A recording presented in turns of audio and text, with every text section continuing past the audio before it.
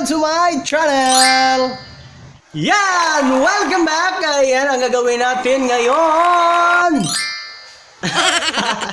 Ay, gagawa tayo ng seafood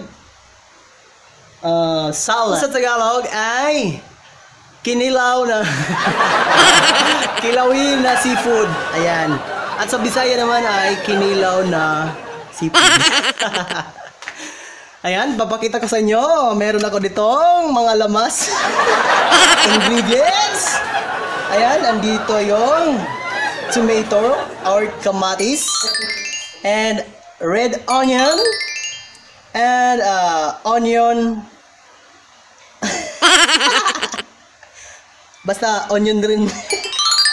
Ayan, tapos may ginger or luya. Ayan, na-slice ko na. Tapos, meron ditong sea grapes. Ayan. Ayan. You know. Ayan. Fresh from the farm. Maalat-alat pa.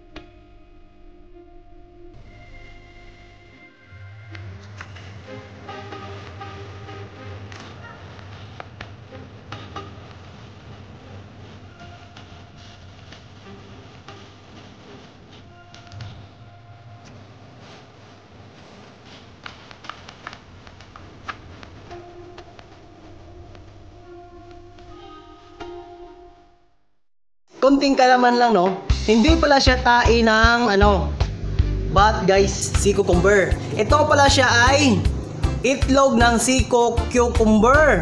Itlog pala to siya, guys. Hindi pala to tae, guys. Oo. Hindi siya pala tae ng but itlog pala siya. Oo, itlog pala siya.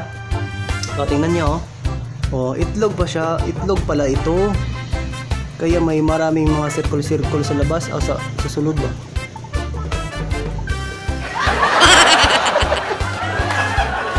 Oo. Yan, no? Now you know.